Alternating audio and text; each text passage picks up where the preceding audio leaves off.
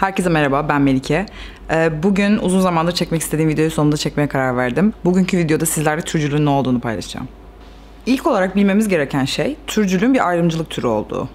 Aynen cinsiyet ayrımcılığının cinsiyete, ırkçılığın da ırka dayanması gibi, türcülük de türlerin ayrımına dayanıyor. Türcülük, sizin türünüzün diğer türlerden üstün olduğu inancıdır. Yani bu durumda bizim türümüz denilen şey insan oluyor ve insanın diğer bütün türlerden daha üstün olduğu inancıdır. Türcülük de diğer bütün ayrımcılıklar gibi sonradan öğrenilen bir şey. Örneğin bir çocuğun ten renginden dolayı başka bir çocukla oynamadığını ya da cinsiyetinden ya da cinsel yöneliminden dolayı başka bir çocuğa tepki gösterdiğini ya da ayrımcılıkta bulunduğunu görmeyiz.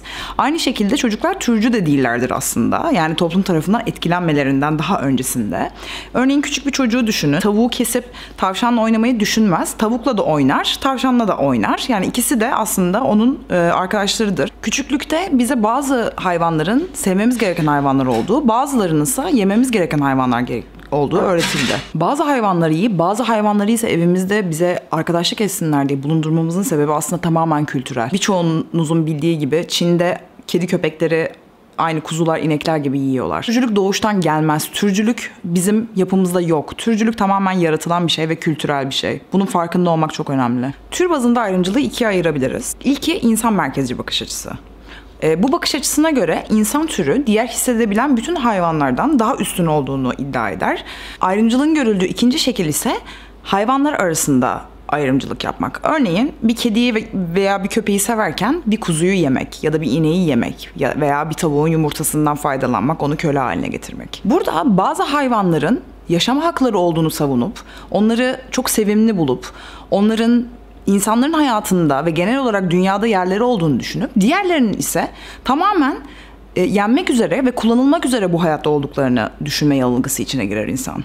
İnsan merkezcilik ve türcülük, insan dışı hayvanların insanın kendi menfaatlerine hizmet etmek için bu dünyada olduğu inancını taşır. Yani bu bakış açısına göre bir atın bu dünyadaki var olma amacı insanın kendi ağırlığını ya da yüklerini taşıyıp onu bir yerden bir yere götürmesidir. Ya da bir tavuğun bu dünyada var olma amacı devamlı cinsel organının sömürülmesi, çocuklarının yanından alınıp onların öldürülmesidir. Ne at ne de tavuk bu dünyaya insanların kölesi olmak için gelmedi. Tamamen kendi varoluşlarına ve kendi nedenlerine göre bu dünyadalar. Hayvanlar bu dünyada bizim için varlardır sözü aslında İnsanın çok uzun zaman öncesinden hayvanı köleleştirmesini rasyonalize etmek için, yani mantığa oturtmak için bulduğu bir bahanedir. Türcülüğün öne sürdüğü ilk argümanı ele alalım. Yani insanlar özeldir ve her şey insanların etrafında döner. İnsanlar merkezdedir argümanını ele alalım.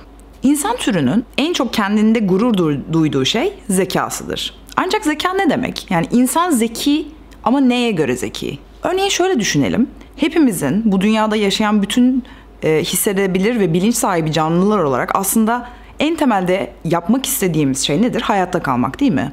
Peki insan ne yapıyor? İnsan kurduğu bu modern düzende ekolojiyi tamamen yok ediyor. Kendi evi olan bu dünyayı, bu gezegeni tamamen yok ediyor. Dünya üzerindeki türlerin yok oluşunun beklendiği bir sonraki yok oluş, yani 6. yok oluş İlk defa insan eliyle olacak. Yani bu zamana kadar tamamen dünyanın kendi döngüsünde, tamamen doğal sebeplerden olmuş olan bu yok oluş bu kez insanın yaptıklarından dolayı gerçekleşecek. Peki insanın yaşadığı ekosistemi diğer bütün canlılarla beraber yok etmesi sizce akıllı bir davranış mı? Sizce bu insanın zeki olduğunu gösterir mi? İşte burada aslında zekanın göreceli bir şey olduğunu anlayabiliriz. Dünyanın sonunun gelmesi ve arıların neslinin tükenmesiyle alakalı bir sürü haber var son zamanlarda. Çünkü arılar dünya üzerindeki bütün bitkilerin polenlemesini yaparlar ve dünya üzerindeki besin zincirinin aslında temel yapı taşlarıdır. İnsanların yok olduğunu düşünelim bu dünya üzerinden. Aslında dünya tamamıyla okyanusundan karasına kadar, ağaçlarından diğer bütün canlı çeşitliliğine kadar tamamen bundan faydalanır ve dünya tamamen kendini yapılandırır. Oysa ki bizler insan olarak arıdan ya da bir karıncadan kendimizi çok çok üstün görürken bizim yok oluşumuz bu dünya için inanılmaz iyi bir haberken o küçük gördüğümüz hayvanların yok oluşu dünyadaki ekosistemin tamamen çökmesine neden olur. O halde size şunu sormak istiyorum. Sizce hangi tür bu dünya için vazgeçilmez? Arılar ya da karıncalar mı yoksa insan mı? Türcülük konusunda başka bir argüman da hayvanların insanların yapabildiği şeyleri yapamadığı argümanıdır. Örneğin insanlar uzaya çıkacak roketi yapabilirler ancak bir maymun bunu yapamaz. Burada yine bağlamsal bir nokta gözden kaçırılmış olmakta. Kime göre hangi gelişmişlikten bahsediyoruz? Yani bir balığın yüzebilmesi ya da bir Yunus'un önündeki objeleri çok daha uzaktan, çok daha öncesinden, arada çok fazla mesafe varken algılayabilmesi. Biz insanlar olarak bir kuş gibi uçabiliyor muyuz? Ya da bir sürü hayvanın, buna köpekler de dahil, birçoğunuz biliyordur, duyamadığı sesleri işitebiliyor muyuz? Bunları yapamıyoruz. Ancak biz bunları yapamazken o hayvanları daha düşük görüyoruz. Peki ya bizim yapamadıklarımız? Ayrımcılıklar zamana, kültüre ve toplumlara göre değişiklik gösterirler. Örneğin 100 sene öncesinin Amerika'sına gidelim. Onlar Afrika kökenli kişilere yapılan ırkçılık ve ırkçılık anlayışı toplumda çok daha büyük yer etmişti. Şu anda yavaş yavaş kırılmaya çalışılan bir şey. Şu anda da günümüzde aslında türcülük bu aşamada yeni yeni kırılmaya başladığını söyleyebilirim. Ancak buna rağmen bilerek ya da bilmeden çok fazla türcülüğün tuzaklarına düşebiliyoruz. Bunun en yaygın görüldüğü yerlerden biri de dil. Türcü dil, diğer bütün ayrımcılıkların dili gibi türcülüğü besleyen ve yeniden yaratan bir olgu. Örnek vermek gerekirse aslında atasözlerinde, deyimlerde çok fazla görebiliyoruz ve gündelik hayatımızda çok fazla kullanıyoruz. Kimi zaman küfür olarak it oğlu it, eşşoğlu eşek. Kimi zaman alay, rencide için. Şu insana bak, ayı gibi, öküz gibi yiyor, domuz gibi sinsi. Bunun tam tersi olarak da bazı hayvanların aslında yüceltilmesi vardır dilimizde. Aslan gibi adam, kuğu gibi zarif, kartal bakışlı gibi. Bununla beraber hayvan kullanımı ve hayvanları öldürmek, avcılık ya da hayvanların kesilmesiyle alakalı da bir sürü deyim ve atasözü mevcut Türkçe'de. Örneğin attan inip eşeğe binmek, bir taşla iki kuş vurmak çok kullanılan bir tanesi. Balık ağa girdikten sonra aklı başına gelir. Yılanın başı küçükken ezilmeli. Tilkinin dönüp dolaşıp geleceği yer yine kürkçü dükkanıdır. Her koyun kendi bacağından asılır. Bunlardan bazılarında aslında yapılan zulmü gösteren anlamlar da içermekte. Örneğin koyun can derdinde, kasap et derdinde. Bunu atasözü ve deyimler sözlüğünden baktığım zaman anlamı şu şekildeydi. Kötü duruma düşmüş, büyük zarara uğramış kimi kimseler acı içinde kıvranırken kimileri de küçük yaralarını düşünürler ve hiç umursamadan bu durumdan istifade etmeye çalışırlar. Yine insanlar açısından kullanılmış. Yani koyun bir insanı temsilen kullanılmış ancak anlamından gerçekte yaşanan şeylerin olduğunu görebiliyoruz. Yani bir koyun ölmek üzereyken kasap orada koyunu mal olarak görüp satacağı parayı düşünebilir ve düşünüyor da. Peki diğer bütün ayrımcı diller gibi türcü dille de neden savaşmamız gerekiyor? Çünkü dünya algımız çoğunlukla dil tarafından yönetilir. Aynı zamanda kullandığımız dil sosyal normları oluşturur. Biz türcü dil kullanırsak hayvanların bir meta olduğu ve sömürülen, köleleştirilen varlıklar olduğunu aslında beslemiş oluruz ve bunu yeniden yaratmış oluruz dil sayesinde. Dil çok güçlü bir enstrüman. Gerçekten hiç azımsanacak bir enstrüman değil. Bu yüzden gerçekten dikkat etmemiz gerekiyor. Sadece türcülük için değil, bütün ayrımcı dilleri kullanırken çok çok dikkat edilmesi gerekiyor.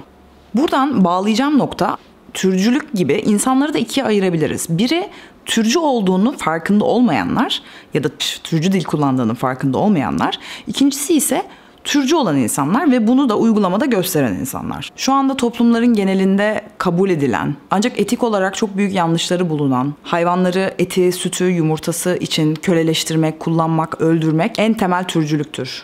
Et yemek, hayvanat bahçelerine gitmek, süt, yumurta tüketmek, hayvan deneyleri, kürk, deri sektörü, bunların hepsi türcülük eylemleridir. Hayvanı sömüren bütün endüstriler türcüdür ve siz öldüğünüz ana kadar bu endüstriler tarafından kandırılıp çok büyük bir ayrımcılığın öznesi olduğunuzun farkına varmayabilirsiniz. Tıpkı bir zamanlar kadının erkekten daha aşağıda olduğunun insanların norm olarak gösterilmesi gibi ve sürekli bunun yaratılması gibi ya da başka ırktan ya da başka cinsel yönelimden insanların bazı normlardan daha farklı oldukları için daha aşağı olduklarının yaratılması gibi türcülük de yaratılır. Ve bu endüstriler hayvan kullanımının normal, zorunlu olduğu konusunda beynimizi yıkarlar. Ben de geçmişte bunları bilmeyen birisi olarak türcü eylemlerde bulundum ve türcü eylemlerin bir parçası oldum. Bunlardan en tabii ki büyüklerinden biri vegan olmamamdı ve hayvanları eti, sütü, yumurtası için sömürmeye adeta katkıda bulunmamdı.